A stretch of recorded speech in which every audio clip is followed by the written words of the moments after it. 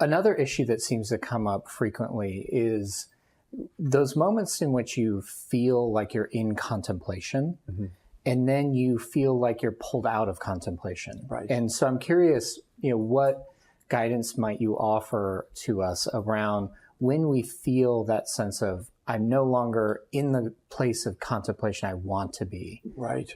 Yeah. So it's important we understand that distinguishing characteristic of contemplatio, that fourth movement, really is a gift. It's a grace, right? We can't choose to enter it. We can't make it happen. We can't force it.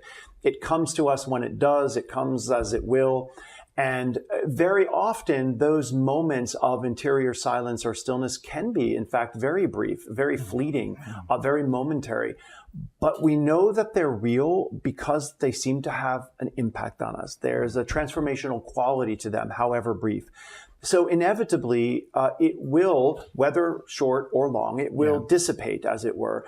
And I would only recommend in that moment, again, a sense of nimbleness. One of the ways one could respond to that is returning, say, to the reading of the text again, or allow a kind of prayer to begin to emerge in your heart, maybe a prayer of gratitude or thanksgiving for that moment that you had that was tranquil or peaceful.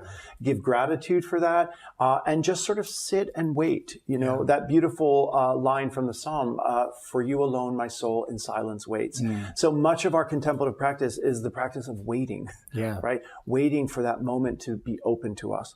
And so while that sense of contemplatio is indeed distinctive, when it dissipates, or when I feel that, the grace of it has sort of, moved on or moved away, I simply return to any one of the steps prior, or any of the movements prior that feel like is coming up, or a natural place for me to turn. Right. And so if I understand it right, when you feel that sense of kind of being pulled out of contemplation, you can trust that I have these other three movements that I can return to. That's right. That help me to kind of move forward in the prayer process. Is that right? That's right. I mean, we looked at the parable in Mark's gospel, how, we till the soil and the farmer, irrigates the soil, and then the seed grows as it will, right? Underneath the ground. But the farmer might notice that, the crop is wilting, right? So I'm going to return to the active engagement of irrigating again, right? Of praying again, of sort of infusing it again with my own efforts, whatever I need